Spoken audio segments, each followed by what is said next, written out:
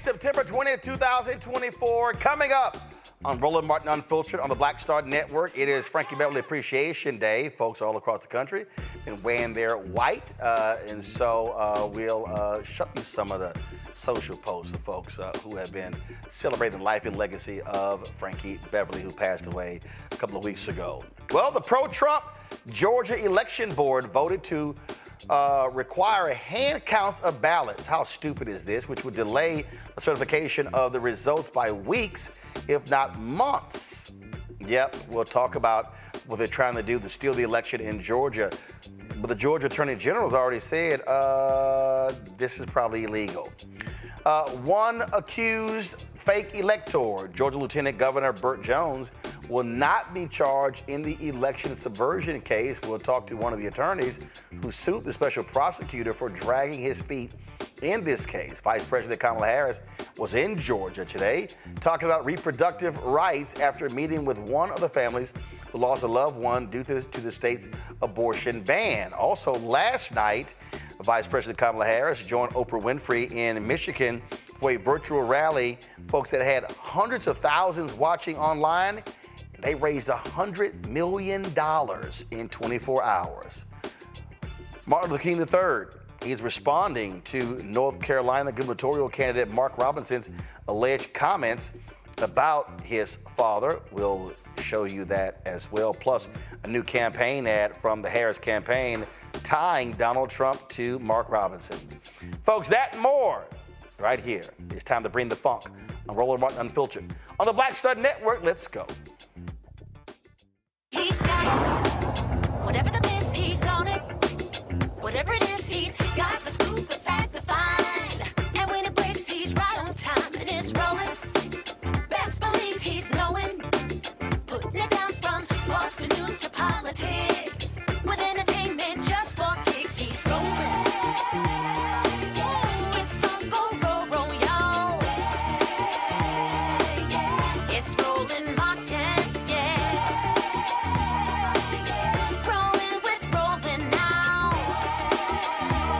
He's funky, he's fresh, he's real, the best, you know he's Roland Martin now.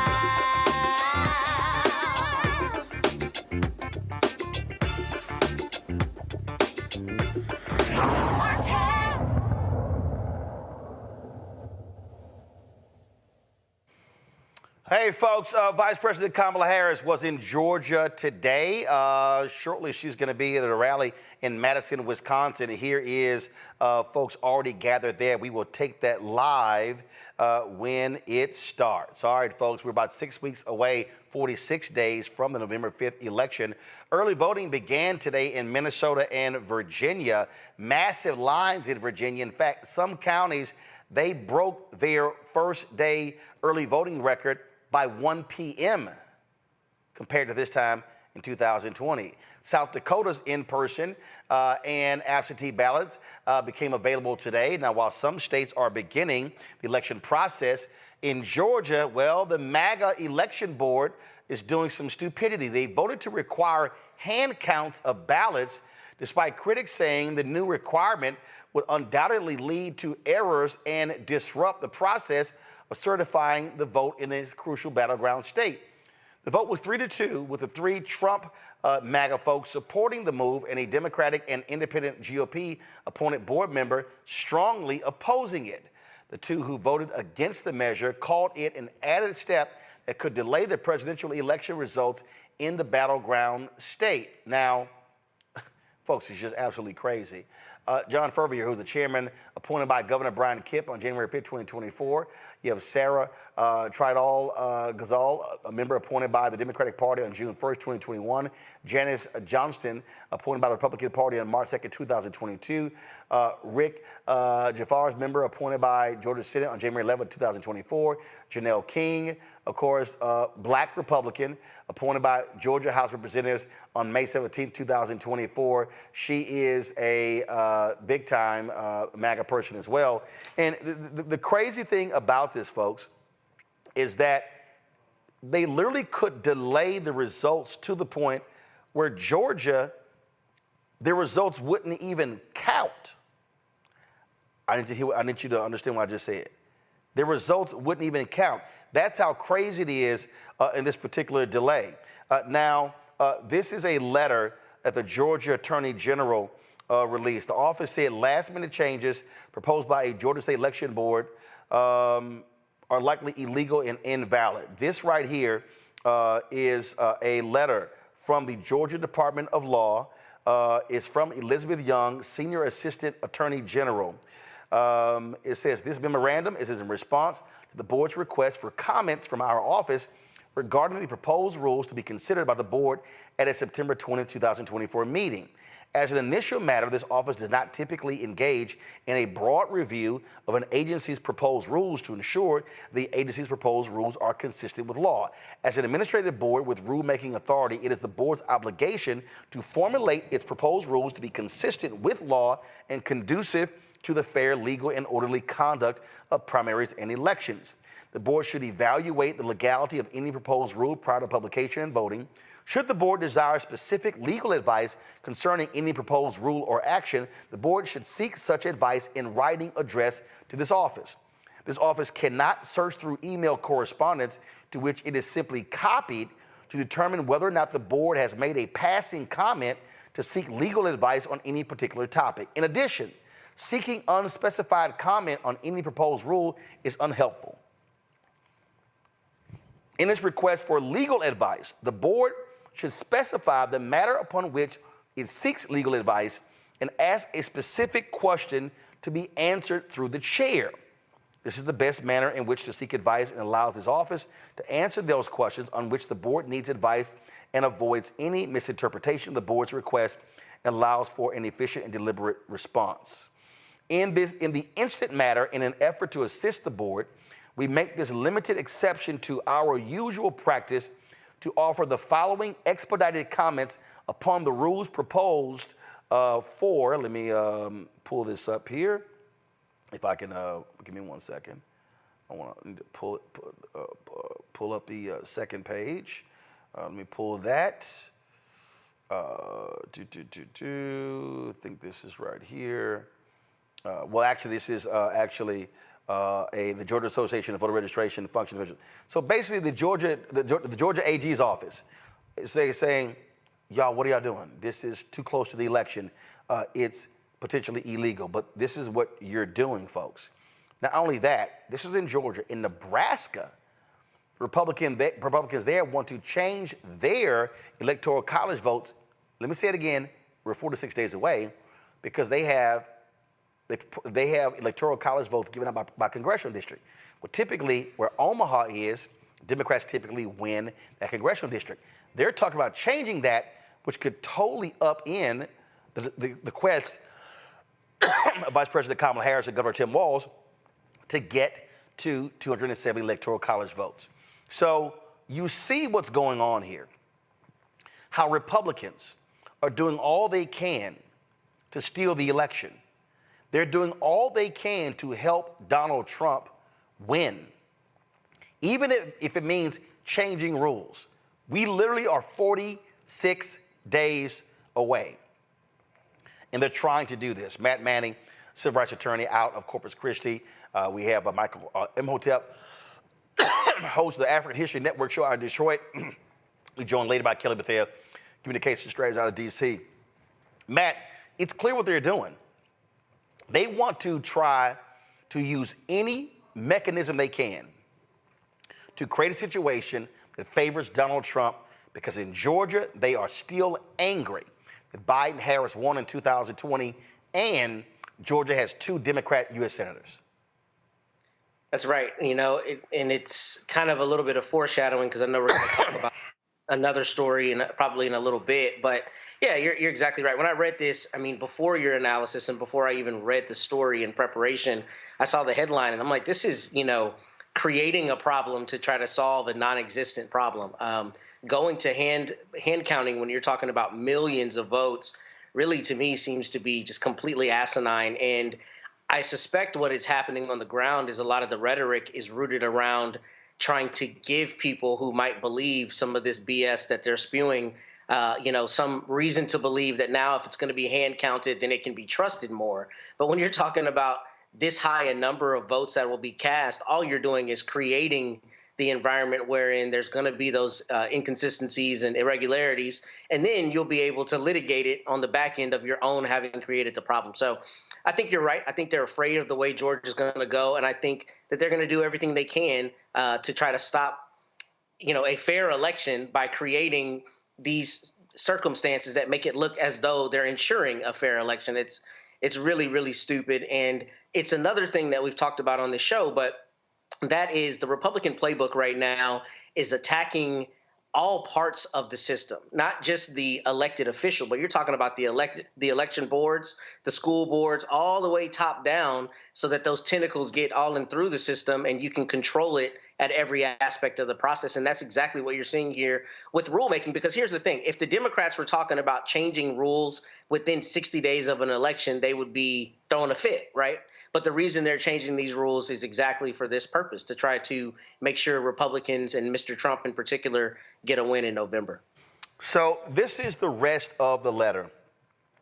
As a general matter, the passage of any rules concerning the conduct of elections are disfavored when implemented as close to an election as the rules on the September 20th agenda.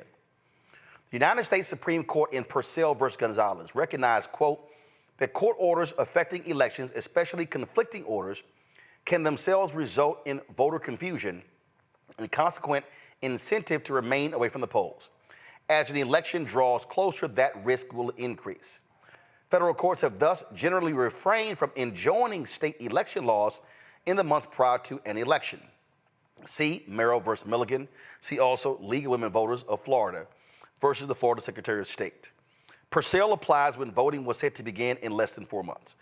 The board itself has utilized the Purcell principle in defense of certain Senate Bill 202 provisions, but it says, again, thus, the board should also consider how the passage of any rules well within the period where courts have agreed that Purcell applies may affect the application of the principle in the future.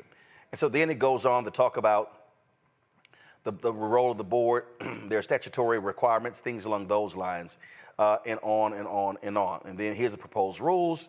And then, like for instance, this rule seeks to expand the enumerated location where poll watchers may be designated beyond those places identified in the statute. So they want to do that.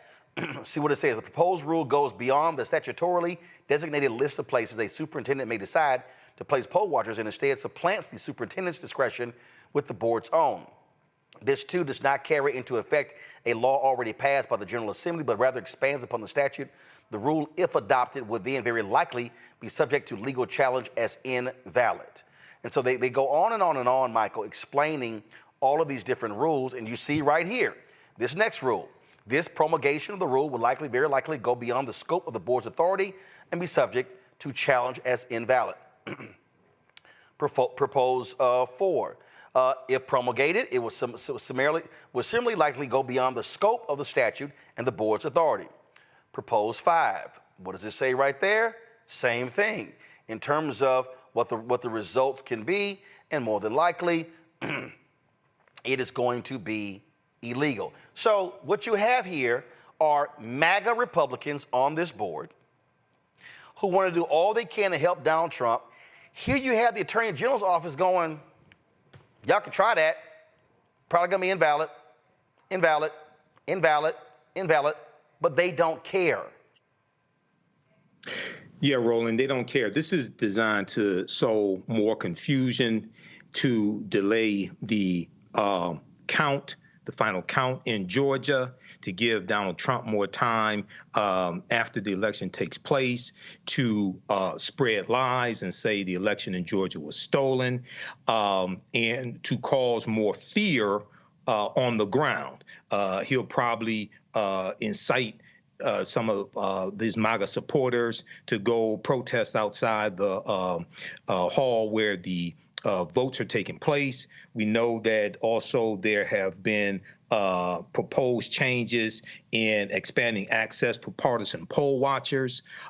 We know that rallying Republican poll watchers is one of the tactics that's involved in some type of voter suppression, where you have people watching the people taking the count. So these are all out of the right-wing Republican playbook. Two critical things that's important for people to understand. You are correct that Republicans are still pissed off that Joe Biden and Kamala Harris won Georgia by 11,779 votes in 2020, but also they're pissed that Senator Raphael Warnock defeated Kelly Loeffler. And it's important for people to really understand the Georgia statewide election law, which was championed by Warnock and not just Warnock and Ossoff. You have two Democratic U.S. senators. No, I understand that. But what Denmark Groover did in 1963 is why you have the statewide election law, and it was specifically designed to keep African Americans from having statewide elected power. Okay, this is why if neither in the primaries, if no candidate gets at least 50% of the vote, you have to have a runoff. Right. Okay? No, right. But what I'm saying overall is not what Republicans in that state are upset because Biden-Harris won the state, they beat Trump, and Warnock and Ossoff won. So that's what's driving them crazy. That's why they immediately changed their state law. After the 2020 election, they changed the runoff rules as well. In fact, in 2022, the deadline to register, remember in 2020, once the general election was over, you could still register for the runoff. Because I remember, the deadline to register was like a month before the runoff. The runoff was in January 2020, January 5th, 2021. The deadline was a month before. They then changed the rules. So the deadline for the runoff election actually took place before the general election even took place because they were angry with the surge of people who registered for the runoff in 2020 who didn't vote in the general election. And so that's what you've got going on with, and so these Republicans are just beside themselves, and they have been tweaking the law, changing the law to do everything they can to steal the election. And Steve Bannon said it. He made clear what they were going to do to prepare for 2024 because they did not want a repeat of 2020. I totally understand that, Roland, but there's another layer to this. There's another context to this. That January 5th special election that you just mentioned was the day before the January 6, 2021 insurrection. Yeah, I know. Okay, that law, people researched this law from 1963. Denmark Groover was a segregationist Southern Democrat who was in the state legislature. He championed this law that was specifically designed to keep somebody like Senator Raphael Warnock from winning a statewide election. Yeah. Okay. So that's another layer of the level of passivity that these white supremacists have. Yeah. And then when Donald Trump said, he talked about we have to watch, like for this election cycle, he's saying we have to watch Detroit, where I live, Atlanta, Milwaukee, okay, Philadelphia. That's the same thing he said in 2020, targeting areas that have high African-American populations. Yeah, so there's a whole racial layer to this. Oh, of course. Well, of course there's a whole racial layer. I mean, absolutely. But the point here, if you go beyond Georgia, Matt, we're talking about Georgia. We're talking Nebraska. We're talking so many other places. They are trying their best because they have the power to do so to change laws even late in this game in order to ease the path for Donald Trump to win. Yes, correct. There's not too much you need me to add to that. I think that's exactly right. And I think what you see Republican-led legislatures around the country are doing is changing the rules when it suits them to, continue power. Once they get into power, we're going to change the rules. And that's frankly really something we've talked about on the show. Democrats don't do that. We got to play to kill. We're not playing to kill. Too often we're playing softer than we need to be. Republicans are playing at all levels to win, including changing the rules, particularly within such a short period of time before an election. I think Michael said it perfectly. This is not only to confuse people, and this is to obviously implement their playbook, but the idea that within 60 days of an election, you're changing the rules for how it's going to be tabulated is crazy. Especially to a means that is less reliable than the means you already have. So that is intended solely to grind things down to a halt and to have the the creation of a question about the validity of the results, so you can say Mr. Trump won legitimately this time without people getting indicted behind it. Hold tight 1 second. We come back. We'll talk more about what's going on in this election. As I said, Vice President Kamala Harris, she is going to be holding a rally in Madison, Wisconsin, and so we'll go to that live when it starts. We'll talk about last night's virtual town hall that took place all across the country as well. So lots to discuss.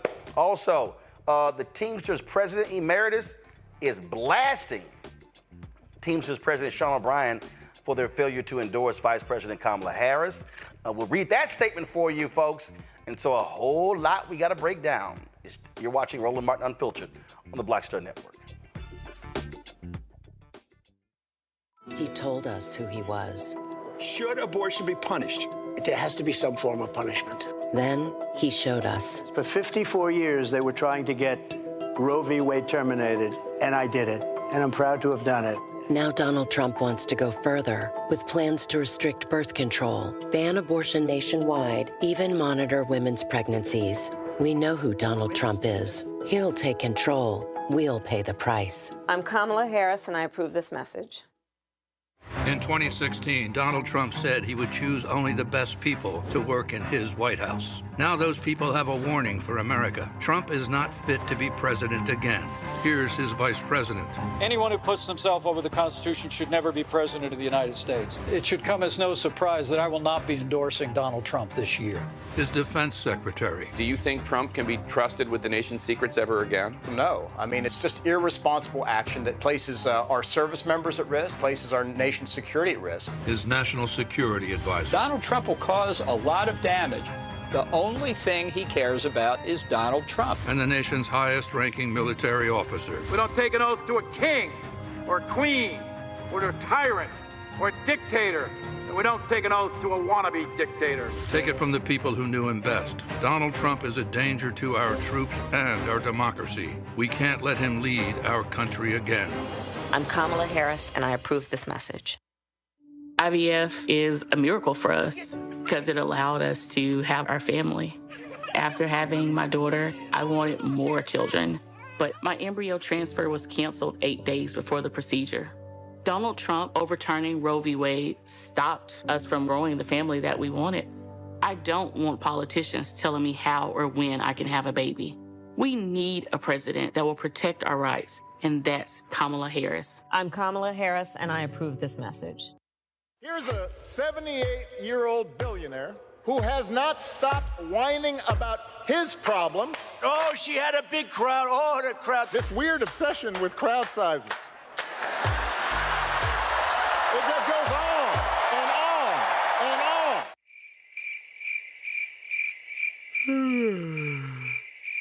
America's ready for a new chapter. We are ready for a President Kamala Harris. I'm Kamala Harris, and I approve this message. The overturning of Roe almost killed me. I had a blood clot in my uterus that caused my labor to have to be induced because of the overturn of Roe v. Wade. I wasn't able to get life-saving treatment sooner. I almost died. And that's because of the decision that Donald Trump made. I was able to get Roe v. Wade terminated, and I'm proud to have done it. The doctors and nurses were afraid that if they treated me in the incorrect way, that they would be prosecuted for that. And that's appalling. Donald Trump says that women should be punished. Do you believe in punishment for abortion? There has to be some form of punishment. For the woman? Yeah. I believe that women should have reproductive freedom to make the choices about their own bodies. 4 more years of Donald Trump means that women's rights will continue to be taken away one by one by one by one. This has to stop because women are dying. I'm Kamala Harris, and I approve this message. Hey, yo, what's up? This is Mr. Dalvin right here. What's up? This is KC, sitting here representing the JODECI, that's Jodeci, right here on Roland Martin Unfiltered.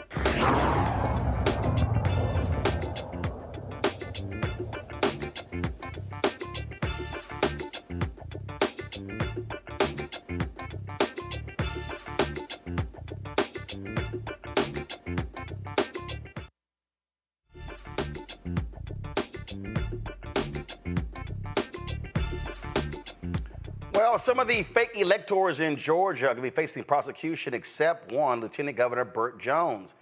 Prosecuting attorney, counsel executive director Pete Scanalakis, who appointed himself the special prosecutor, decided Jones wouldn't be charged in the Trump election subversion case. We told you in May how some black attorneys filed a lawsuit against Scanalakis to force him to perform a non-discretionary duty. Attorney Wayne Kendall joins us from Fayetteville, Georgia, to discuss the decision not to charge Jones. Attorney Kendall, glad to have you here. So, okay, all right, folks, we have an audio issue with Judge Kendall, and so give me a second, and then we're going to actually get him back on. All right, folks, let's do this here. The folks at Vote Vets, they dropped a new ad against Donald Trump, and what you're seeing again as the ramping up of these ads against Donald Trump take place. Go ahead, y'all have the Vote Vet ad, folks? Okay, let's go ahead and roll it. Here's the fact. Robinson's Trump's guy. He's been an unbelievable Lieutenant Governor Mark Robinson. Robinson writing, quote, "I am a black Nazi." Mark Robinson, he's out there, he's fighting. He's a great one. He's a good man. Robinson defended slavery, writing, quote, "Slavery is not that bad. I wish they would bring slavery back. I would certainly own a few." One of the strongest and bravest new voices in the Republican Party. He's been a great supporter of mine, and I'm a great supporter of his. Your incredible Lieutenant Governor Mark Robinson.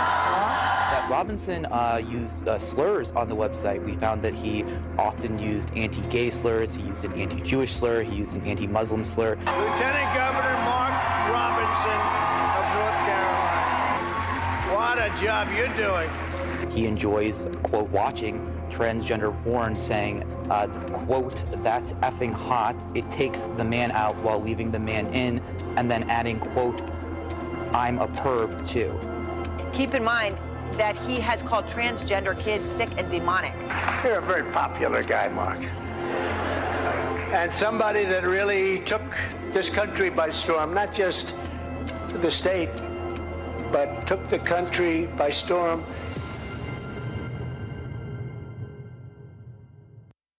Now, Republicans against Donald Trump, they also have dropped their ad. Watch this. Backed candidate for governor in North Carolina, Mark Robinson, has made dozens of disturbing and damning comments on a porn website. Here's the fact. Robinson's Trump's guy. He's been an unbelievable Lieutenant Governor Mark Robinson. All right, guys, so we have, so that was the Republican voters against Donald Trump. They have been, of course, very highly critical of him. Now, the Kamala Harris campaign, they also, after all of the drama yesterday with Mark Robinson, they were very quick to go hard against Mark Robinson, against Donald Trump. And so you see them hitting hard as well. Folks, what you're seeing is you're seeing the Harris campaign not play games at all in terms of going after Donald Trump, tying him to Mark Robinson. Here is the Kamala Harris campaign ad right here. And he's been an unbelievable Lieutenant Governor Mark Robinson. For me, there's no compromise on abortion. I think you're better than Martin Luther King. We could pass a bill saying you can't have an abortion in North Carolina for any reason. Abortion in this country, it's about killing a child because you aren't responsible enough to keep your skirt down. I've been with him a lot. I've gotten to know him, and he's outstanding. Donald Trump and Mark Robinson. They're both wrong for North Carolina. I'm Kamala Harris, and I approve this. Well, you see how they are not playing games as well. And so it's a very tight race there in North Carolina, and the polls show it. I told you about Vote Vets. This is the Vote Vets ad. Kamala Harris. Man, when Donald Trump runs scared, he really overdoes it. This time, his loyal henchmen in Congress, trying to stop veterans from being able to register to vote at the VA, using congressional subpoenas to attack the VA, for helping veterans participate in the very democracy they put their lives on the line to defend. You can't make this stuff up. The draft dodger, making it harder for those who served to vote. Maybe he realizes that insulting us as suckers and losers, disparaging those who bear the wounds, refusing to salute the fallen, and trampling the graves of heroes for a TikTok photo op isn't the best way to win our support.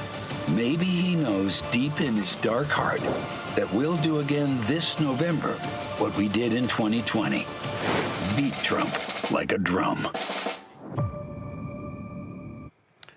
Michael, what you have there, you have Republicans against Trump. You got veterans as well.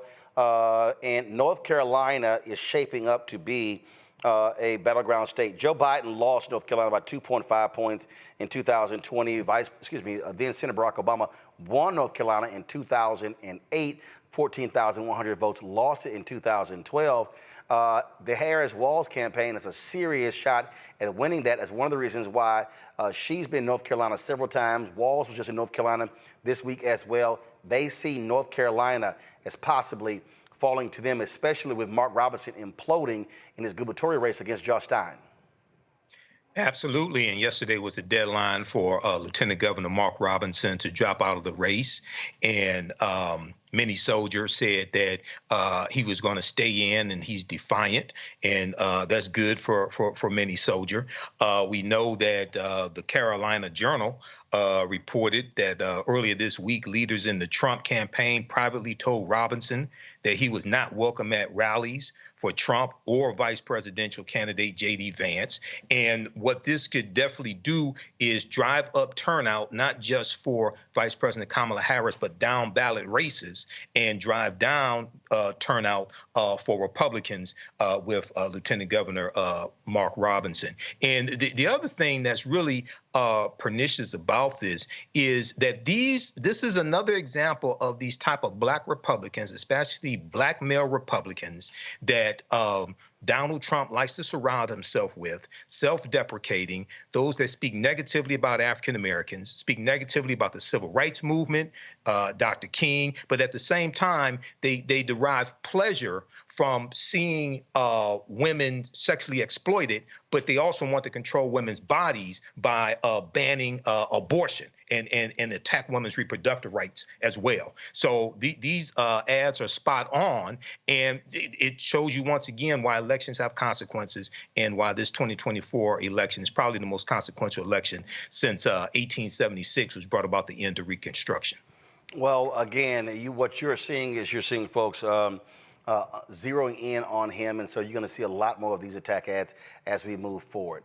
All right, folks, let's talk about this story out of Georgia, where you have the decision by a special prosecutor not to prosecute the Lieutenant Governor of Georgia, saying that, well, you know what, doesn't apply to him. Attorney Wayne Kendall joins us right now. Attorney Kendall, glad to have you here. So they're letting a lieutenant governor off the hook in Georgia, huh? Well, Roland, he's not completely off the hook yet. What happened recently last Friday was that the prosecutor who appointed himself after Fonnie Willis got disqualified decided that he was not going to prosecute the Lieutenant Governor Burt Jones. But we have a case in court that's still pending that says that he is disqualified from even making that decision because he has a conflict of interest, actual financial conflict of interest involving the fact that the lieutenant governor, as the president of the Georgia Senate, is the only person that can move a bill to the floor of the Senate to pass the budget for his agency, which includes his salary. So he is directly financially dependent upon the lieutenant governor to approve his budget every year, and we're saying that that disqualifies him from being the prosecutor or investigating the lieutenant governor because the lieutenant governor is, in essence, his paymaster. So how many other folks, I mean, is the special prosecutor, how many folks has he indicted? Well, Pete Scandalakis is the person we're talking about. Pete has a history of non-prosecutions of governmental officials who get in trouble. He was the special prosecutor on the Rayshard Brooks case. If you remember that case was where this individual was asleep in a car in a drive-through, and he was awakened by the police. He got in a scuffle with the police, grabbed one of the policeman's taser. He was running away and got shot in the back. There's other cases. There's at least 3 or 4 other cases in Georgia where this particular prosecutor has non-prosecuted people who have shot other folks. For example, there was a sheriff's deputy that shot an individual in the courthouse because he wouldn't stop using his laptop in the courtroom.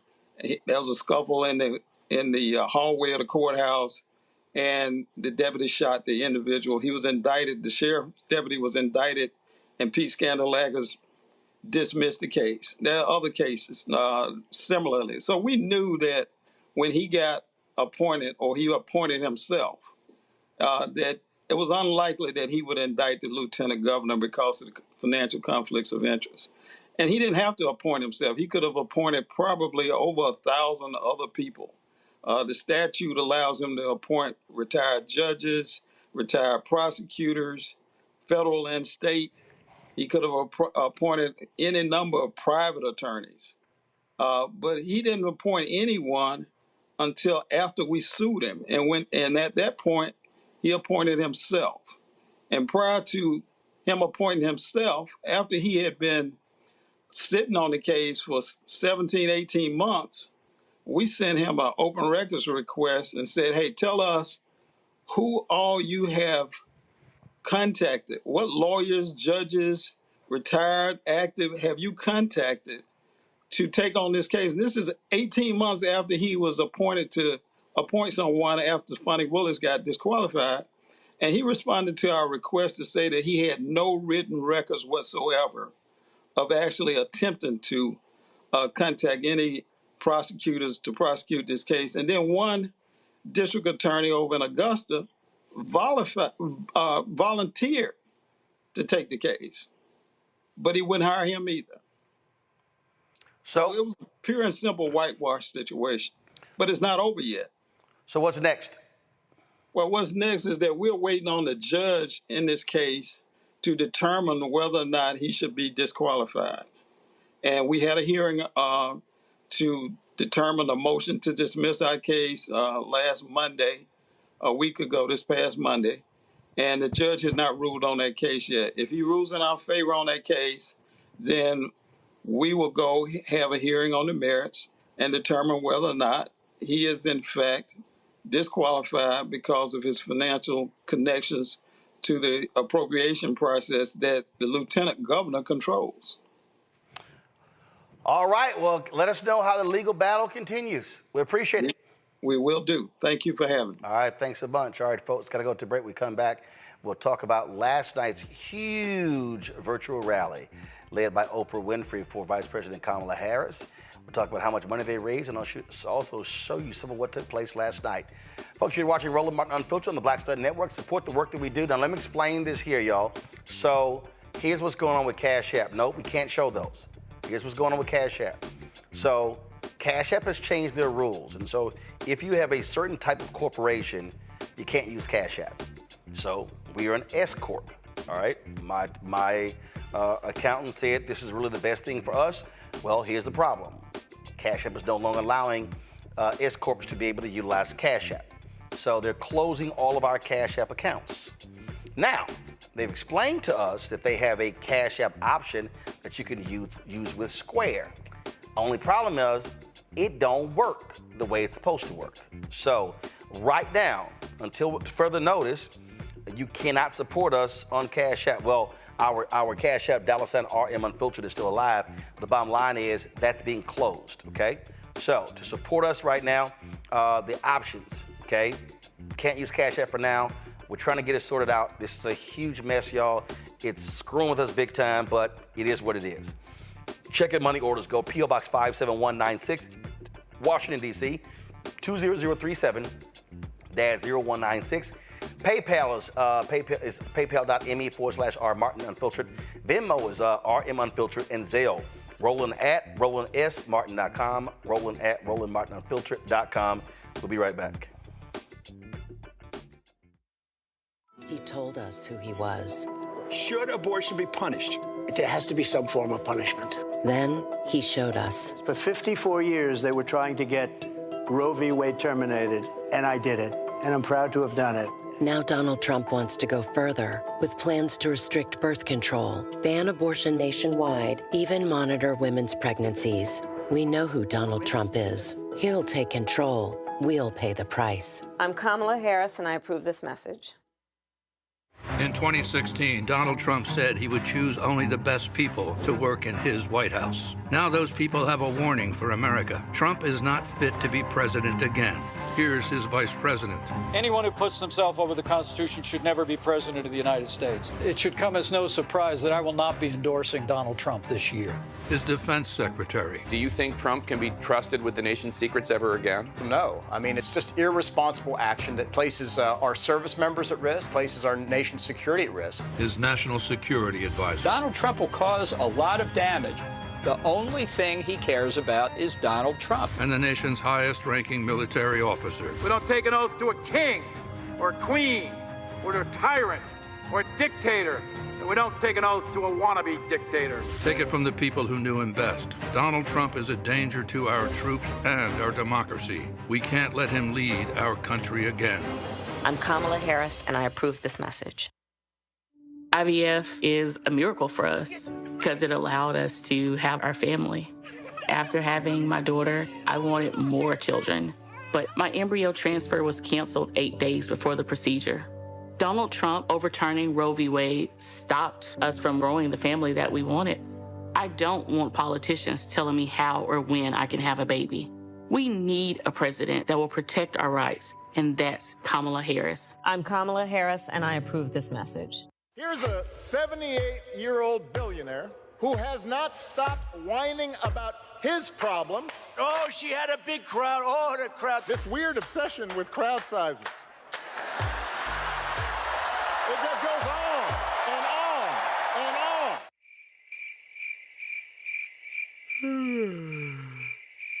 America's ready for a new chapter. We are ready for a President Kamala Harris. I'm Kamala Harris, and I approve this message. The overturning of Roe almost killed me. I had a blood clot in my uterus that caused my labor to have to be induced because of the overturn of Roe v. Wade. I wasn't able to get life-saving treatment sooner. I almost died. And that's because of the decision that Donald Trump made. I was able to get Roe v. Wade terminated, and I'm proud to have done it. The doctors and nurses were afraid that if they treated me in the incorrect way, that they would be prosecuted for that. And that's appalling. Donald Trump says that women should be punished.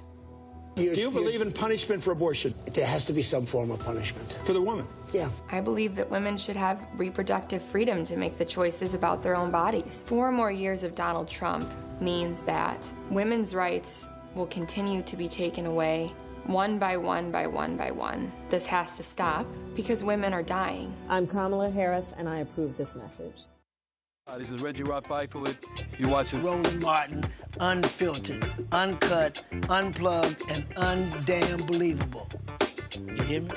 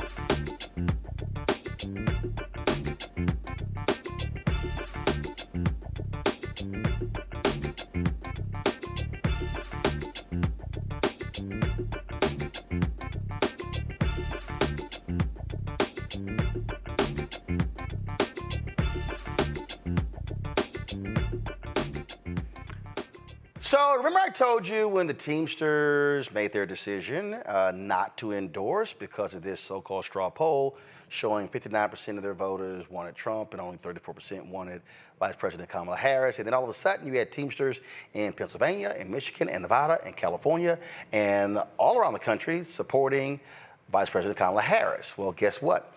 The Teamsters General President Emeritus, Jim Hoffa, released his own statement, and he is not happy. Quote, this week, the International Brotherhood of Teamsters Union made a choice to not endorse a candidate in the presidential race between Vice President Kamala Harris and former President Donald Trump.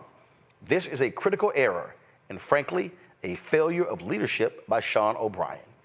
This election is too important for our union to not do its duty. We must take a stand for working Americans. There's only one candidate in this race that has supported working families and unions throughout their career, and that is Vice President Kamala Harris. Kamala Harris has demonstrated an unwavering dedication to the principles that matter most to working families. Her advocacy for fair wages, workplace safety, and comprehensive labor reforms aligns with the core values of the labor movement. In my 23 years as General President of the Teamsters Union, I oversaw the endorsement process through 6 presidential races. In every case, we supported the candidate that demonstrated a proven track record of fighting for working Americans and unions. One of the greatest assets our union brings in the political arena is our ability to mobilize our membership and put boots on the ground to support pro-labor candidates. By the IBT choosing to not endorse Harris-Walz, the invaluable impact those grassroots efforts represent will be absent in critical battleground states.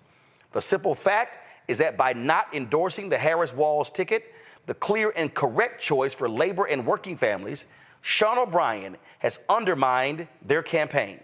With 48 days left until the election, the Teamsters Union had a chance to have a positive effect on the outcome of this election. Every major union has endorsed the Harris-Walz ticket. But instead of standing in solidarity with all of labor and helping Harris-Walz get over the finish line, the IBT has chosen to take a seat on the sidelines. And folks, that is a powerful letter. Now keep in mind, the Teamsters, they had endorsed President Barack Obama. But see, what you have is you have these white men in the Teamsters who feel differently about Donald Trump. They like Donald Trump. They gravitate to him. But guess what? He's anti-union. He doesn't give a damn about them. It was Vice President Kamala Harris that cast the tie vote, that broke the tie, and provided billions to save pensions, including 600,000 Teamsters. You would think the folks who had their asses saved when it came to their pension would remember the person who actually did it. We also remember when Donald Trump was on with Elon Musk and he talked about, hey, fire workers who were striking. I'm sorry, do pension people not remember that? Do Teamsters people not remember that? See, folks, this is a perfect example of people who vote against their own economic interests. So they're supportive of Donald Trump. Oh, because they like him and love his tough talk. Donald Trump is anti-labor. Donald Trump is anti-working class. And I remember I responded to this stupid tweet. Because if you want to know one of just the dumbest people out here, it's Megyn Kelly. It's Megyn Kelly. She's pretty dumb. She's dumb in that this is the same Megyn Kelly. If y'all want to see stupidity, I mean, this to me, I'm going to go to in a second. So if you want to understand stupidity and how the mind of these white conservatives work is what Megyn Kelly actually tweeted. So last night she was whining and complaining about the Oprah Kamala Harris rally. And see, this is in line with the Teamsters. Here is utterly clueless Megyn Kelly. amazed. They think this Oprah thing is going to appeal to independents. A bunch of super rich Hollywood celebs endorsing Harris, absolutely none of whom understands anything about the working class's suffering. emceed by one of the richest women on earth whose act has grown very stale. I'm sorry, is this the same woman who got a $69 million buyout from NBC because her show sucked and they fired her? $20 million from Fox? Interesting that you want to talk about somebody being rich. Megyn Kelly, you don't know jack about the working class. You prove that every single day. Donald Trump despises unions. Donald Trump has stiffed small business owners, people who did the work at his casinos, but he said, I don't have to pay y'all. And then told them, fine, sue me. Then sued them back. But I need y'all to understand how whiteness operates. The Teamsters decision, and you see Hoffa criticizing it, and this nonsense from Megyn Kelly is a perfect example of how whiteness works. And how they don't understand the working class. Who save their pensions? Who has been called? Union people have said this administration is the most pro-union administration in decades. So how is it they don't understand the working class? Matt? I don't know. I wish I had something astute to say. I mean, what I think you see that being is part and parcel with what Republicans are doing a lot, which is selling policy that is inconsistent with reality. I mean, it's like when you hear people in Texas, when you hear Governor Abbott say that he doesn't want to accept certain Medicaid funds or, federal funds. We're not going to accept federal funds when some large percentage of Texans need those and continue to vote Republican because they buy the abortion sound bites, or they buy certain sound bites that make them vote Republican, despite the fact that the Republican Party is promulgating policy that's directly counter to their interest. That's because, to your point about whiteness, a lot of times whiteness in particular is what is leveraged to galvanize people whose actual political interests are different than what the Republican Party is selling. That's what you see.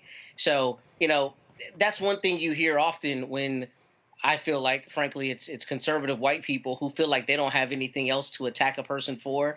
Then they try to flip it on its head and make them some kind of, oligarch. And there's a good argument that a lot of our government is oligarchy rather than democracy anyway. But it's just kind of the pot calling the kettle black, especially when you're already rich. So this is all rhetoric and this is sound bites. And these kinds of things are used to galvanize a base of people, unfortunately, who are not discerning enough to realize that the policies that this party is promulgating are not policies that benefit them. And it's laughable, Michael. It's laughable as you listen to these folks complain about, not understanding working class people. They do. They understand them. But the right wingers, they have lied to people and convinced them that, no, we have your best interest at heart. No, you have the best interest. You're the best interest of the bosses. You're the best interest of the companies. That's who you have. That's what you're talking about. In fact, this is one of the workers speaking right now in Madison, Wisconsin, at the Vice President Kamala Harris rally. Let's go live there. Kamala Harris to be our next president of the United States.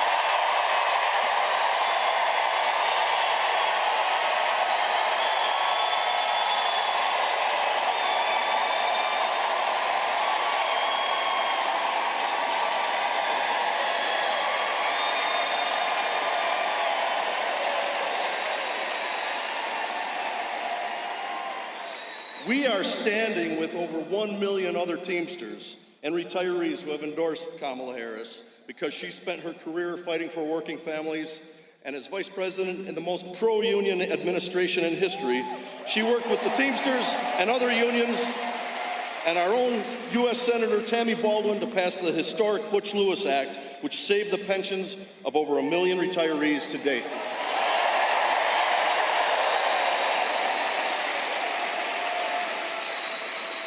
Vice President Harris has created millions of good-paying jobs through the administration's historic investments in infrastructure and bringing manufacturing back to the United States, and she knows there's more work to do. That's why, as our next president, Kamala Harris will work with Congress to pass the PRO Act, protecting workers and ending some of the most egregious union.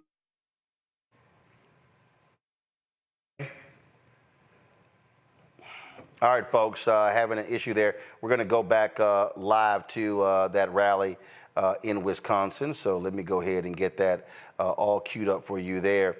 And you see what the campaign is doing. They're very quickly pivoting to these workers, showing you exactly, showing you what they're doing. Okay, let's actually go. All right, guys, y'all got it. Let's go. Workers. Trump's Project 2025 agenda would go even further, attacking the abilities for unions to organize. The bottom line, Trump is a scab.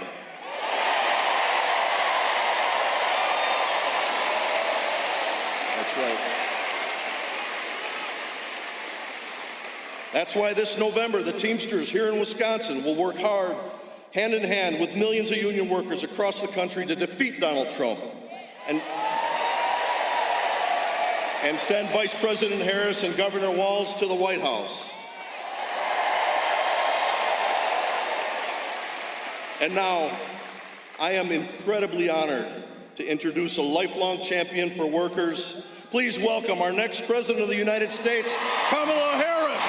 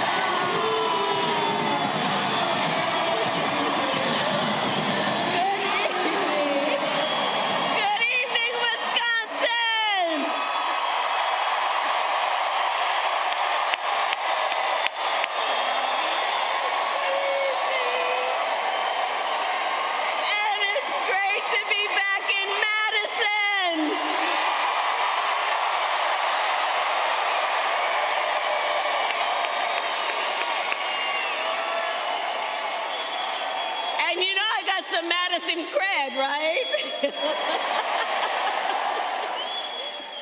Oh, thank you all. It really is great to be back. Thank you all for being here. Thank you, everybody. Thank you. Thank you. And can we please thank Bill for fighting every day for the working people of America?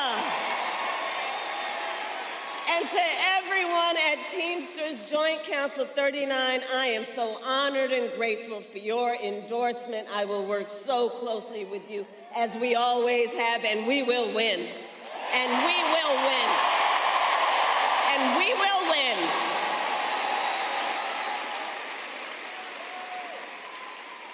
And it's so great to be with all of the leaders who are here. This is an auditorium full of leaders, including our dear friend and your governor, Tony Evers.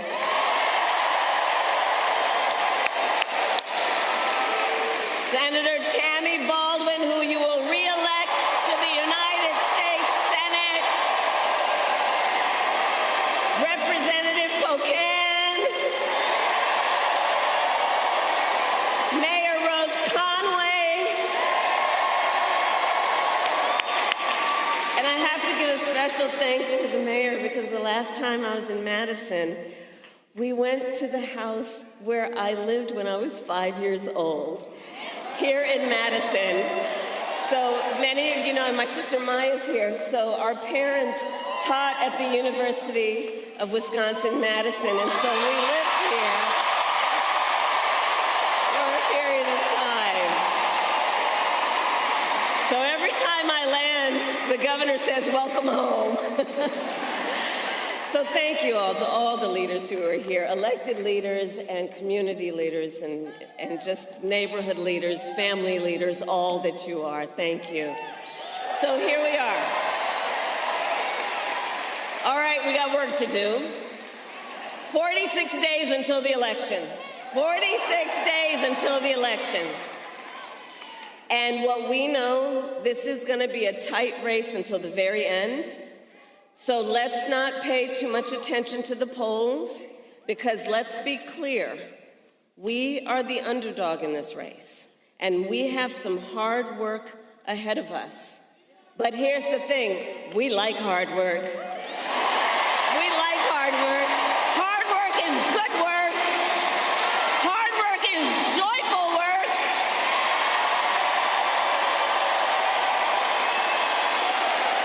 And with your help in November, we will win.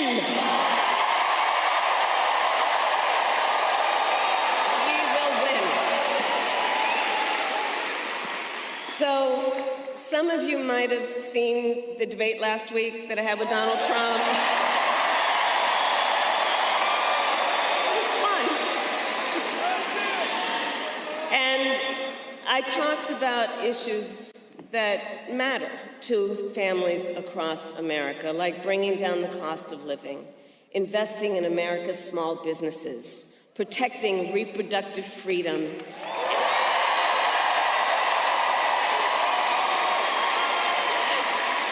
and keeping our nation safe and secure. But that is not what we heard from Donald Trump. Instead, it was the same old tired show. The same old tired playbook we've heard for years, with no plan on how he would address the needs of the American people. Well, folks, it's time to turn the page. Time to turn the page. And America is ready to chart a new way forward. We are ready. We are ready. We are ready for a new generation of leadership that is optimistic about what we can do together.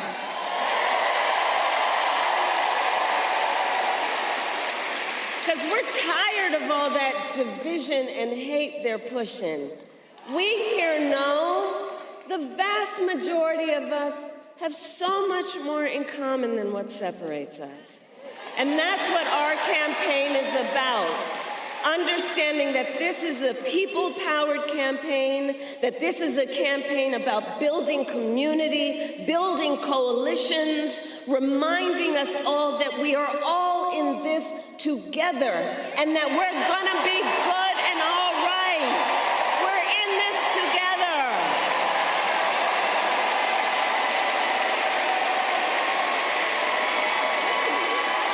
Which is why Democrats, Republicans, and independents are supporting our campaign, because they want a president, we want a president who works for all the American people, and I promise you that is the kind of president I will be.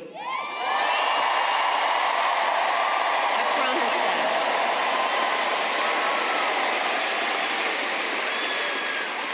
Now, many of you know my background. My entire career, I have fought for the people. As a young courtroom prosecutor in Oakland, I stood up for women and children against predators who abuse them.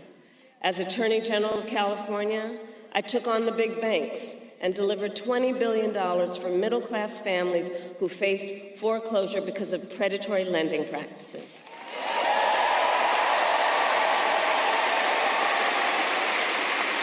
I stood up for veterans and students who were being scammed by the big for-profit colleges, and for workers who were being cheated out of the wages they were due, and for seniors facing elder abuse.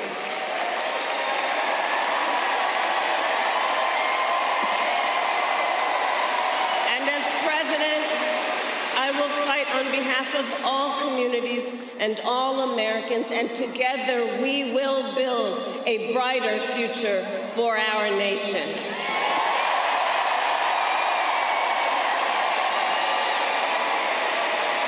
Together, we will build a future where we build what I call an opportunity economy, so every American has the opportunity to own a home, to build wealth, to start a small business.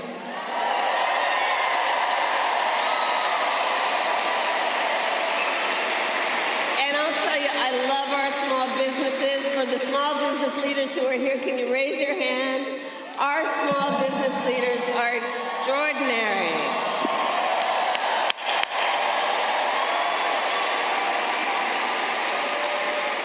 So, you know, growing up, before our mother could afford to buy a house, we lived in an apartment above a child care center. It was owned by a woman by the name of Mrs. Shelton, and she helped raise my sister Maya and me, because my mother worked long days and sometimes on weekends. We called Miss Shelton our second mother, and she was a small business owner. So from childhood, I have known the character and work ethic of our small business owners. And I know small business owners are the backbone of America's economy.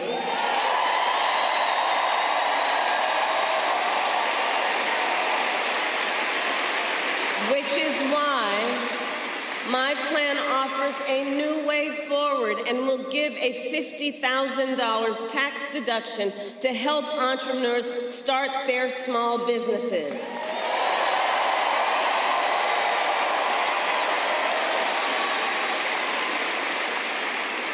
I also know we need to build more housing in America. You know, my mother saved up for years, and when I was a teenager, she was finally able to buy her first home. I know what that dream is like.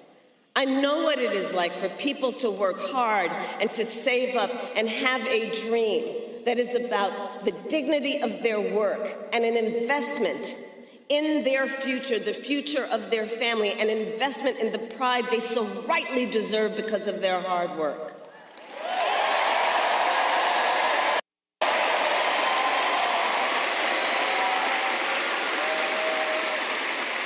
But right now on the affordable housing issue, look, we have a shortage of housing in America, and it's contributing to driving up prices. So with my plan, we are going to cut red tape and work with the private sector to build 3 million new homes by the end of my first term.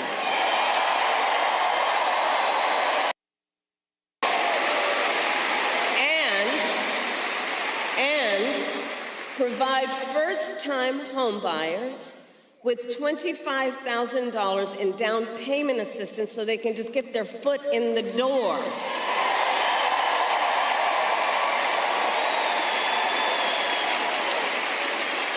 Because unlike my opponent, who was basically handed $400 million on a silver platter and then filed bankruptcy 6 times,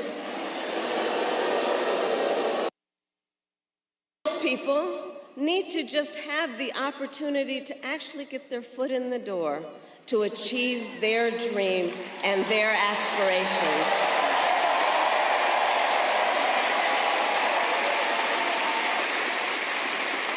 We also need to lower the cost of living, because while our economy is doing well by many measures, prices for everyday necessities like groceries are still too high. You know it and I know it. I plan to lower costs on everything ranging from healthcare to groceries, including taking on corporate price gouging.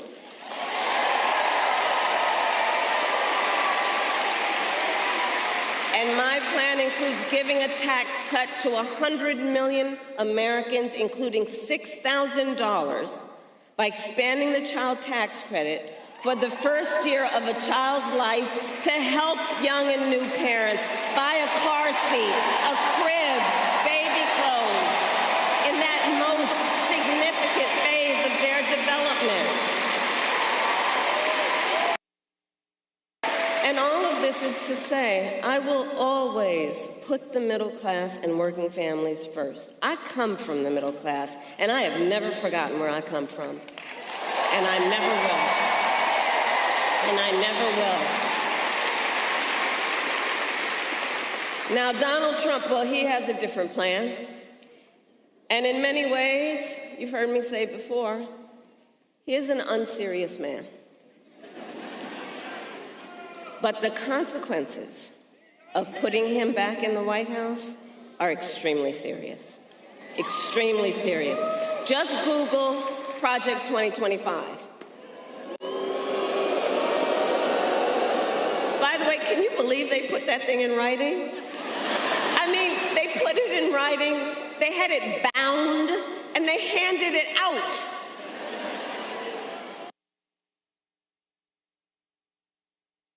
It bound.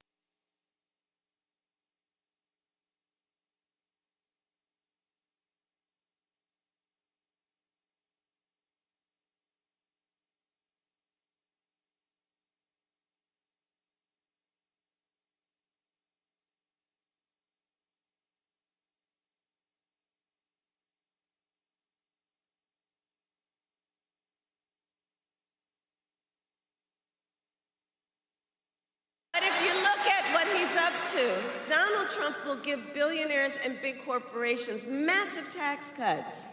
He intends to cut Social Security and Medicare. And he wants to impose what I call a Trump sales tax, because here's the thing. What he is proposing would be a 20% tax on everyday necessities, basic necessities, which economists estimate will cost most working families more than $4,000 a year extra. Think about that. And on top of all of that, he intends to end the Affordable Care Act. Remember, he tried 60 times when he was president. In fact, together with Tammy, I was a United States Senator. On the floor, I don't know where she is right now, but she'll remember, and we've talked about this. We were on the floor of the United States Senate in the middle of the night when one of those votes was up, when they were trying to get rid of the Affordable Care Act. And we were all standing around after we all voted to protect the Affordable Care Act. And we were all standing around. And then the big wooden doors to the Senate well opened. And in walked the late, great John McCain. Remember that? And he said, no, you don't. He said, no, you don't. Remember that?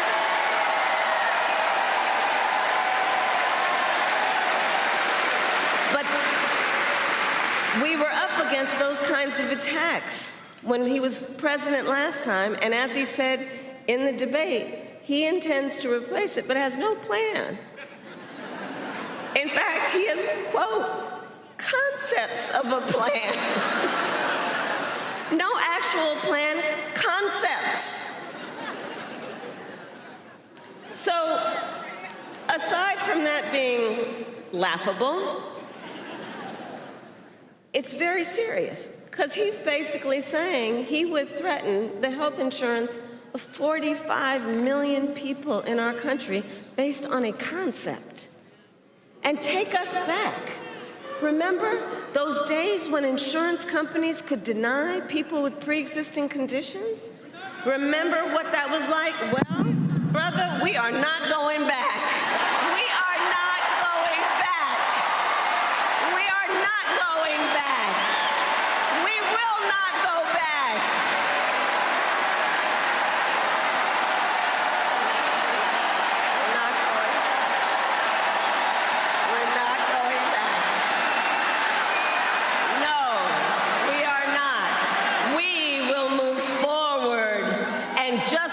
Wisconsin's state motto tells us, forward is where we go.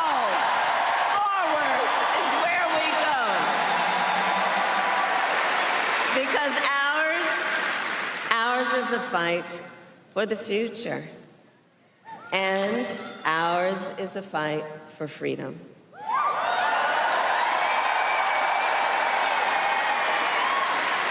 Like the fundamental freedom of a woman to make decisions about her own body and not have her government telling her what to do. Freedom.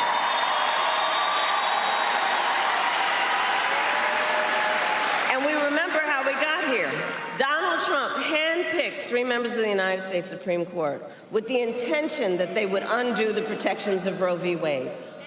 And they did exactly as he intended, and now in more than 20 states, we have Trump abortion bans, many with no exceptions even for rape and incest. It is immoral. It is immoral.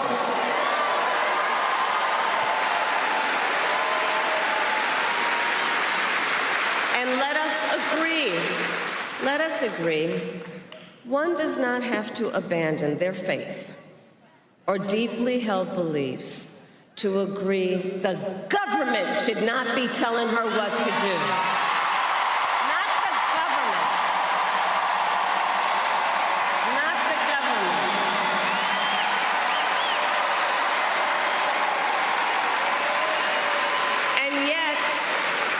And yet, in our debate, Donald Trump said that everyone wanted to overturn Roe. Talked with folks who are here. I have talked with women around our country and the people who love them. Women are being denied care during miscarriages. Some only being treated once they develop sepsis. They didn't want this. And we know that women have died because of Trump abortion bans.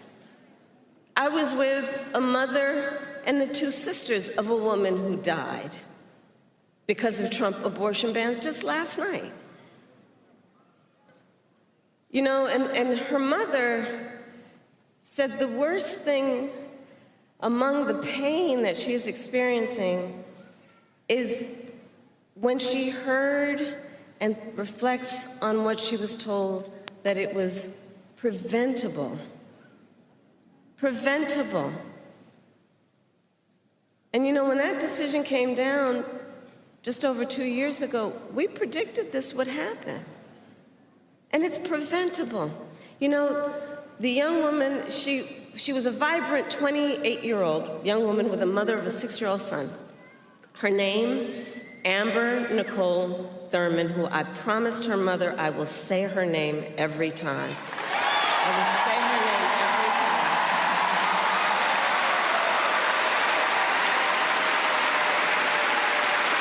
And so Amber was a medical assistant. She had just learned that she was accepted to nursing school. She had her whole future planned out. And her sisters and her mother were describing her to me, and they said, you know, she had such light, and she had ambition, and she had drive, and she was so proud that she had worked so hard, and she was finally gaining independence, that she found an apartment in a safe community. It had a little pool where her son could play. And she was so proud. She was so proud and so hopeful. And then she discovered she was pregnant, and she decided to have an abortion. But because of the Trump abortion ban in Georgia, she was forced to travel out of state to receive the health care that she needed.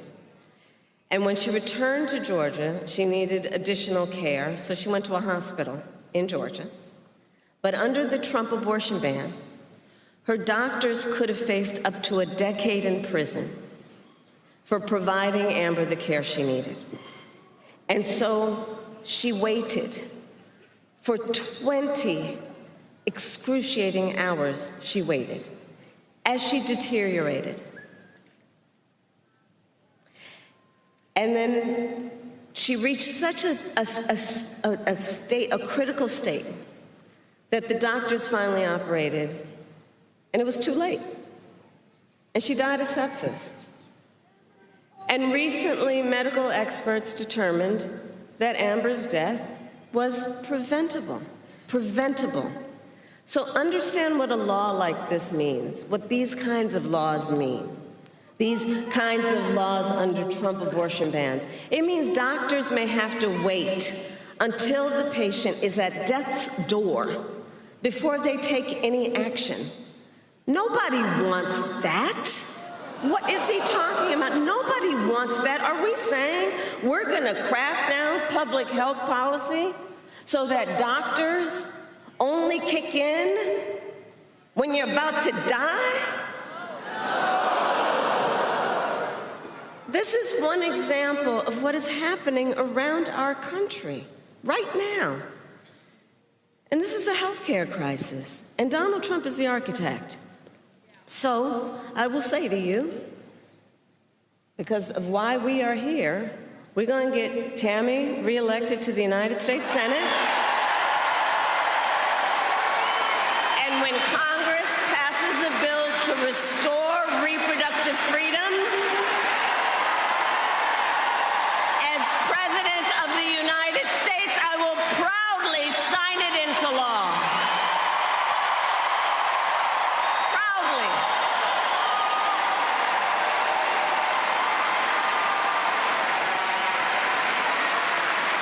And across our nation, we are witnessing a full-on assault on other hard-fought, hard-won fundamental rights and freedoms, like the freedom to vote, the freedom to be safe from gun violence, the freedom to join a union, the freedom to love who you love openly and with pride.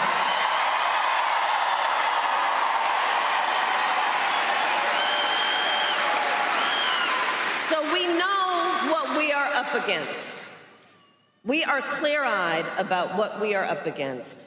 And we remember that generations of Americans before us led the fight for freedom.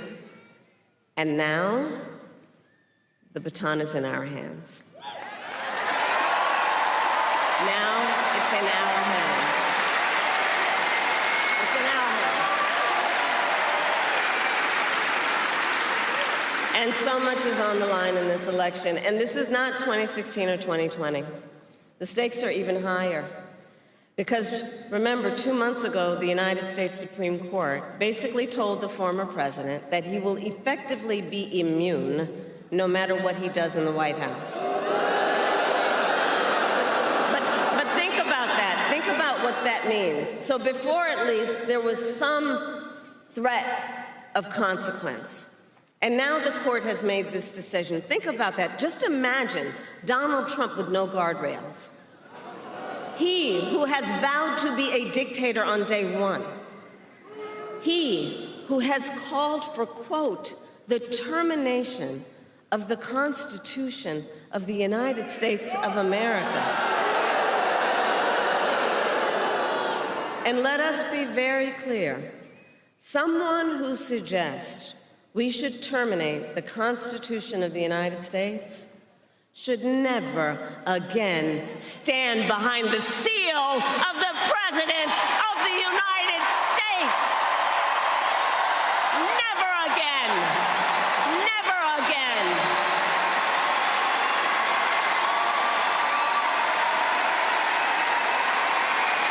Never again.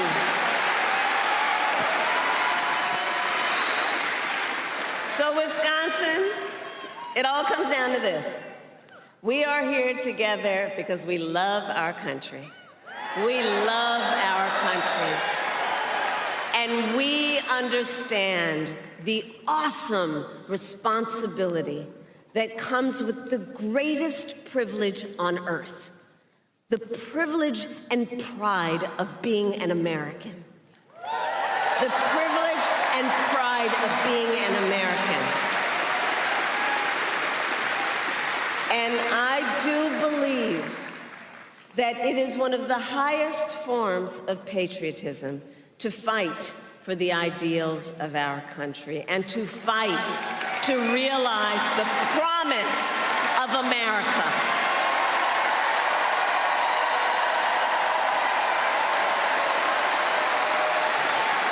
So, Madison, Election Day, yes, in 46 days, and early voting has already started in some states.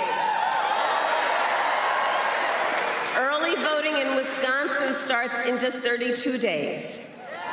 And in fact, many of you may have already received your mail-in ballots. Check this out. In-person early voting begins in Virginia and Minnesota today. Today. And don't we love Tim Walz?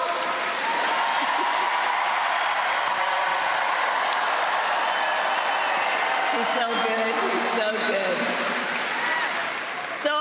say the election is basically here. It's basically here, and we have work to do. To energize, to organize, and to mobilize, and to remind everyone, your vote is your voice, and your voice is your power, and never let anyone take your power from you.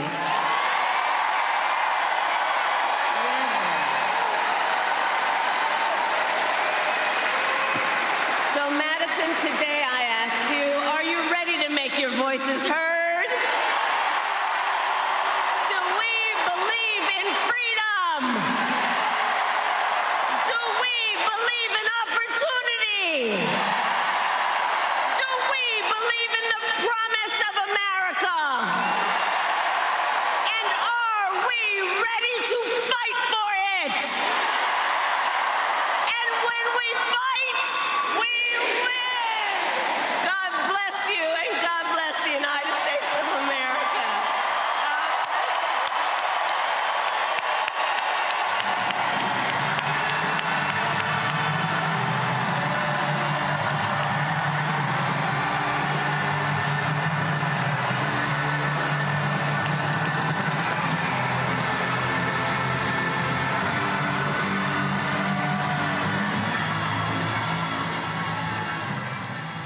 Folks, massive crowd there for Vice President Kamala Harris in Madison, Wisconsin. Wisconsin is a critical state. When you look at polling data right now, it shows that she's up anywhere from 1 to 2 points there in Wisconsin. And again, Wisconsin, Michigan, Pennsylvania, critical states for the campaign. Of course, they also are looking at Arizona, Nevada, North Carolina, Georgia. I'm going to go to my panel here. It's very interesting here, Matt and Michael, because you know, you got your mainstream media who's constantly complaining about the lack of media interviews. And so I was watching a video a little bit earlier, and it was Jake Tapper was questioning Keisha Lance Bottoms, and he was sitting here going, well, you know, why is she not doing more interviews, talking about policy, talking about you know, taking these media questions, and Lance Bottoms said, well, she's been kind of busy. She talked about the rallies and things along those lines. And again, she's doing exactly what, you know, she should be doing. I'm gonna go ahead and play this for y'all. I know you're gonna get a kick out of this, so just watch this here. She's not sitting down for regular interviews or fielding questions from the press, certainly not to the degree that her counterpart Donald Trump is. Why? Why is she not doing more interviews to talk about her policies and answer some of the questions that voters have about her policies and on her change, on her views in some of them? Well, Jake, she's done interviews, and I know that we would love, or you would love, to see her sit down every single day with CNN and do interviews, but she's a very busy person. Now, she's a very busy person, but here's the whole deal. She's been doing interviews, Michael. She's been talking Latino media. Ricky Smiley, talking to local anchors there in Pennsylvania. What these mainstream people are upset with is that she's not sitting down talking to CNN, talking to MSNBC. She's going directly to voters, and she's doing non-traditional interviews. That's what she's doing. They're just upset that she's not sitting down with them. Upset that she's not sitting down with them. Now, she did do an interview on CNN with Dana Bash, and most of the questions that Dana Bash asked were right-wing conservative talking points put into the form of a question. What happened last night, I watched it last night. It was in Farmington Hills, Michigan. This was a fantastic virtual town hall meeting, and they took questions from voters. And what the problem here with mainstream media, keep in mind, we've talked about here on a number of times over the past 3 years, those hit pieces that the Washington Post, New York Times, other mainstream media had attacking Vice President Kamala Harris. And then they would do a 15-minute BS segment on CNN or MSNBC about those hit pieces. Okay, so now that she is so hot, right? Now they want sit-down interviews with the same person that you've been criticizing and dogging for the past 3 years. So she's circumnavigating the BS with mainstream media and going to Oprah, going to Ricky Smiley, going to African-American talk show hosts, also people like daytime talk show hosts. I think she was on either Jennifer Hudson or one of those shows, things like that. She's doing that type of media, okay? So she needs to keep doing that. She doesn't need to do the, I don't think she needs to do a lot of that mainstream media interviews. What happened last night with Oprah, they need more of that. That will garner more views and more interest than the mainstream media interviews like with Dana Bash on CNN. Yeah, I mean, I think what's interesting here, Matt. Look, I get it. We're still waiting for an interview with her. They've been promised that we're going to get one. And the bottom line is, she doesn't have to go to them. And see, they want to be the gatekeepers here. They want to be able to control the information flow. We're now living in a different world. Here's a perfect example. Last night, okay, at its peak, there were 297,000 people who were on Kamala Harris's YouTube channel, okay? Oprah's YouTube channel had 100,000. There were about 20,000 that were on their Instagram pages. We had 10,000 watching on our page. Now, Facebook, I think Twitter had about 200 some odd thousand. Facebook suppresses video content, news content, and definitely black news content. Oprah has 21 million followers on her Facebook page. There were only 1,700 people watching live on Facebook. Vice President Kamala Harris, her page, I think about 5.4 million, I think. They had about 4,700 people who were watching. We have 1.3 million on Facebook, only 230 watching. So Facebook is purposely suppressing content. The reality is they can go directly to the people. They don't have to sit down and talk to mainstream media.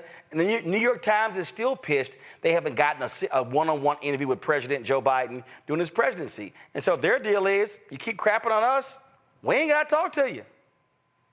Yeah, I mean, I often agree with Michael on this show, but I think he hit the nail on the head in talking about, the reticence I would have if I were on her team and if I were her to do mainstream media interviews after you've been, doing everything you can to knock me down since I've been the vice president, right? So it's a supply and demand thing. The demand is overwhelmingly high. Everybody wants to hear from you, so you control who you talk to. And not only do you control who you talk to, you control how you talk to them, the narrative, right? The stump speech and the points that you're delivering every time that you speak. So, if she had an issue getting coverage to voters, then it would make sense for her to go on mainstream media and capitulate to Jake Tapper and whomever else thinks they get to control how her campaign gets its narrative out. But she didn't have to do that because the entire world wants to hear from her right now, so she can control who she talks to.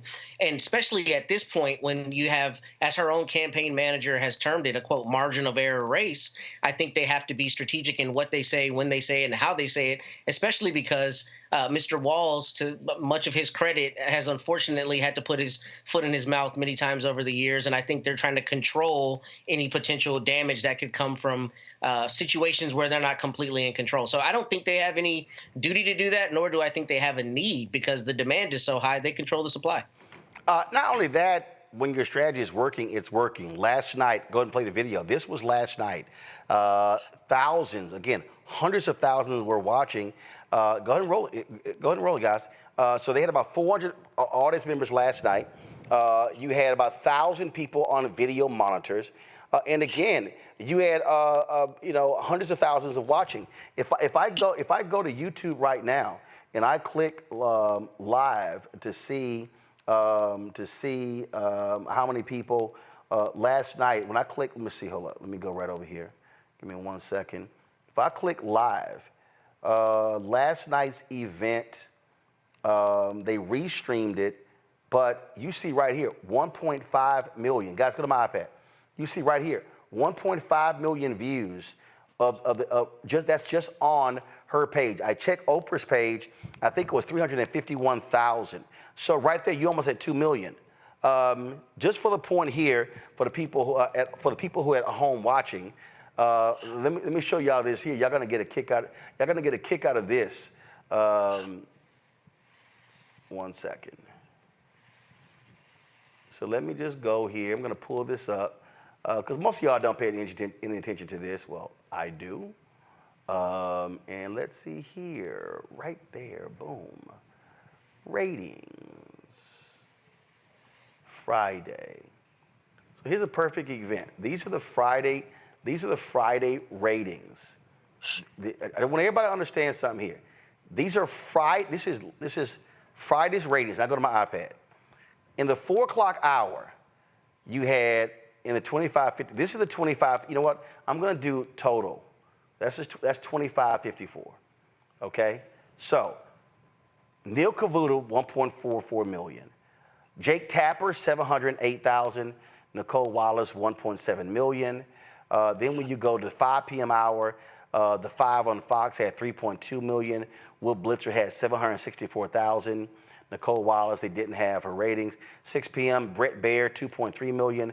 Wolf Blitzer, 750,000. Ari Melber, 1.86 million. Laura Ingraham at 7 o'clock, 2 million. Aaron Burnett, 781,000. Joanne Reed, 1.4 million. Jesse Waters, 2.8 million at 8 o'clock.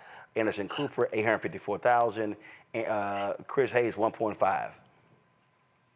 Guess what, y'all? Oprah Winfrey and Kamala Harris's YouTube channel combined was also 2 million. In order to get 2 million, go back to my iPad. In order for CNN to get 2 million, you got to watch Jake Tapper's show, Will Blitzer's show, and Aaron Burnett's show. Guess what? They don't need to go on CNN. CNN gives them nothing. CNN's ratings are in the trash. Why go on? Your ratings suck. So it's a smart strategy. No, the ratings suck. Right. The numbers, I need everybody, these are the numbers, y'all. These are the Nielsen ratings right here. Go back. These are the numbers. This is the total audience right here. So I'm sorry, Jake and the folks at CNN, they don't have to talk to y'all because ain't nobody watching y'all. They can talk to more people online or in some podcast than who watch CNN. That's just a fact, Michael. Absolutely. The cheese has moved, so this is a new day. And, one of the things that just to take this back just a few months ago when all the frenzy was the interview that Shannon Sharp did with Cat Williams.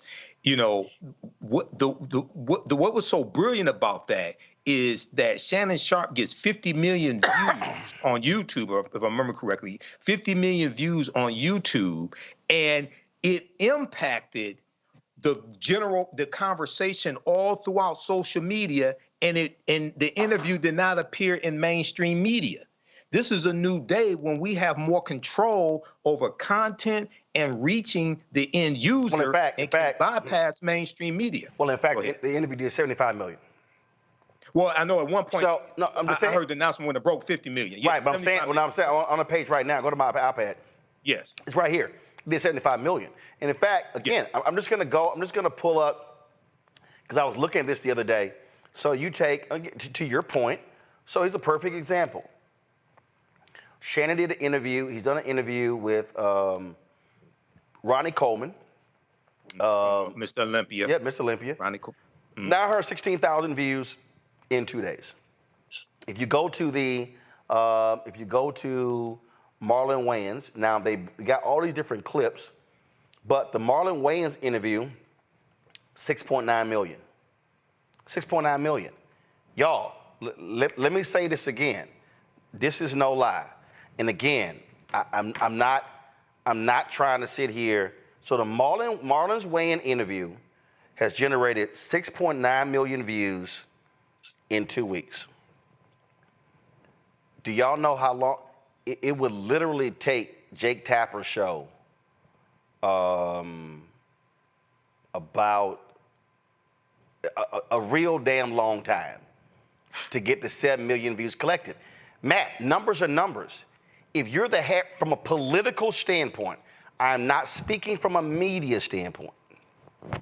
From a political standpoint, if I'm them, I'm not changing my strategy at all. It's working. Yeah, and not only is it about ratings, because you're exactly right on the numbers, but it's about risk. Why would you change your strategy and then put yourself in a circumstance where you don't control 100% the narrative? And here's the thing, back in the day before social media, the only channels by which you could get things out, at least on a mass scale, would be mainstream media. So if you refuse to talk to CBS or Cronkite, whoever 40 years ago, that could have a measurable effect on how much your message gets out.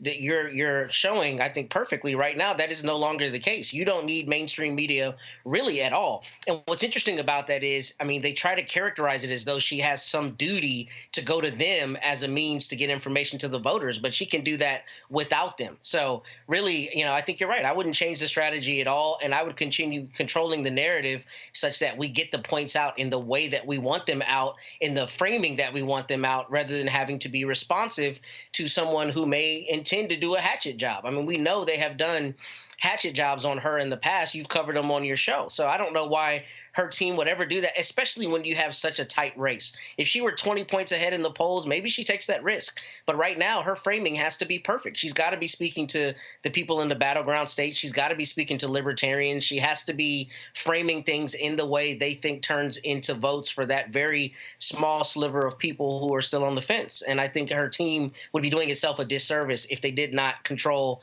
as much as possible the flow of information and to whom they give that information. Also, Michael, let's be real clear. I think it's BS for media folks to keep saying, oh, we need to be talking to her about policy. She literally talks about policy in her speeches. She's laying out policy. She's unveiled proposals. So that's just crap. You said it best. The Dana Bash interview, most of it was, Trump says this, how do you respond? That's all it was. And so I'm like, why am I going to sit here and listen to that? It's just, again, I understand it. I want to sit down with her. I have some questions. But again, if I'm in her political shoes, I am executing the strategy that has got me to where I am, and they've actually been executing a rather flawless plan. Absolutely. Rather flawless plan. And I'm still waiting on Donald Trump to do his press conference with the media dealing with foreign policy and answer intricate, detailed questions about foreign policy like Joe Biden did at NATO. I'm still waiting on that from Donald Trump. But yeah, the Harris-Walz campaign needs to keep doing what they're doing. And they're taking questions like that virtual town hall last night. They're taking questions from real voters, from real people about their concerns. A lot of these questions, and remember, Joe Biden did Lester Holt. He did an interview with Lester Holt, NBC Nightly News, and George Stephanopoulos. I'm still waiting on Donald Trump to do CBS, NBC, ABC. It's not going to be George Stephanopoulos because of the defamation lawsuit, but somebody else on ABC News. I'm still waiting for that sit-down interview. I'm not going to hold my breath on that one. So, yeah, they need to continue, but hopefully we get the interview soon, Roland Martin Unfiltered as well. That's going to be excellent, but this is fantastic what they're doing, and this shows how it puts the power, puts a lot of power in the hands of people to be able to get this on social media. So many people are cutting the cord when it comes to cable TV and don't have cable TV, and they're getting all their information on YouTube, social media, apps, things like this. So they can get this type of information. And yes, she is discussing policy, and she has her policies laid out at KamalaHarris.com as well, at her website. So all these people saying, well, she doesn't have policies, she doesn't have policies. You can go to her website and read her policies, and then compare that to Agenda 47 from Donald Trump. Here's the deal, though. Okay, I'm not even. Okay, and here's the thing. 2016, how many policies did Hillary Clinton lay out? She laid out tons of policies. 36. That's not what was happening. At the end of the day, again, I know what media is doing. I get it. But frankly, if I'm them, I'm simply saying she's doing interviews. She's just not sitting down with y'all. That's what the deal is. Here's a little bit more of what was said last night in the virtual voter rally between Oprah Winfrey and Vice President Kamala Harris. that's the rally, folks. I don't want the rally. I meant from last night. Mr. CJ and Andrika are here, and they wanted to be here tonight to speak out for the first time. Ms. Jeanette, what do you want us to know about Amber's story? Initially, I did not want the public to know my pain. I wanted to go through in silence, but I realized that it was selfish. I want y'all to know Amber was not a statistic. She was loved by a family, a strong family, and we would have done whatever to get my baby, our baby, the help that she needed. When ProPublica came to my home, I pushed them away. No, but Kavithia, she was persistent. She said, it was something that you needed to know. You have to hear me. Women around the world, people around the world need to know that this was prevented.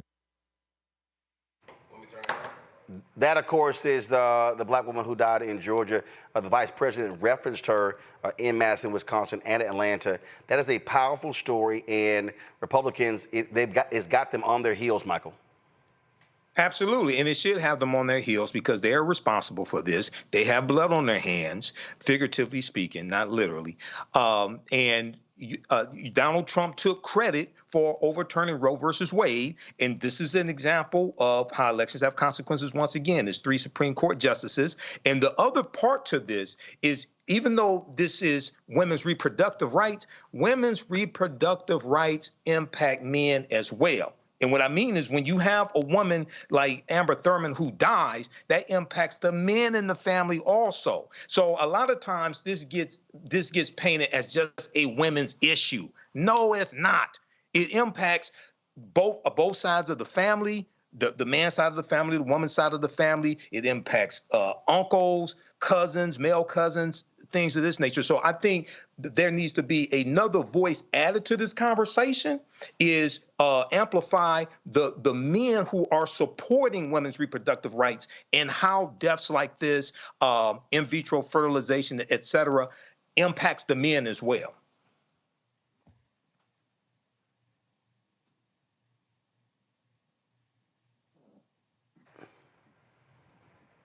Matt, go ahead. I mean, I didn't get a chance to watch the segment. I've watched it as much as you've been playing it here today.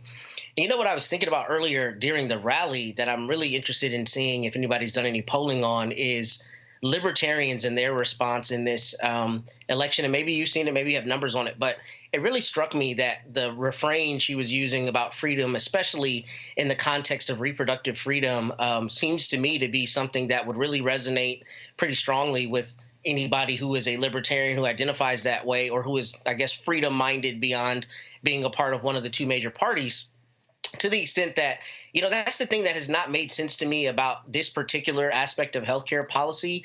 I don't see how you can advocate for unbridled freedom, but then demand that the government controls people having freedom as it relates to their bodies, even if you don't agree with the decision to exercise the right to an abortion. I don't understand how you can be for freedom and against that being an option that people can take, even if you aren't one of those people.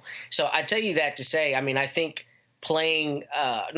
speaking to that issue is important. However, I think they have an opportunity to really make some big points as it relates to overall health care. She kind of spoke to that a little bit in the rally, but I think that is something that resonates even larger than the abortion issue, because for a lot of people, I think the abortion issue is open and shut at this point. But I think most Americans across the political spectrums have concerns about health care costs, and I think there's a real opportunity for them to hit that harder. Here's the whole deal. The issue is not folks' minds are made up when it comes to reproductive rights. This is now about driving turnout. That's why you still seeing them do it. So this is about a turnout conversation. Is that about changing somebody's mind, somebody's undecided? It's about actually driving the numbers out on the particular issues.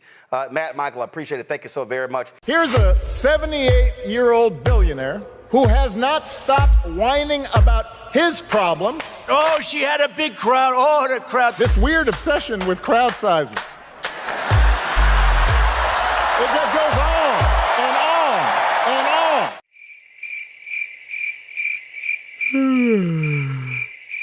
America's ready for a new chapter. We are ready for a President Kamala Harris. I'm Kamala Harris, and I approve this message.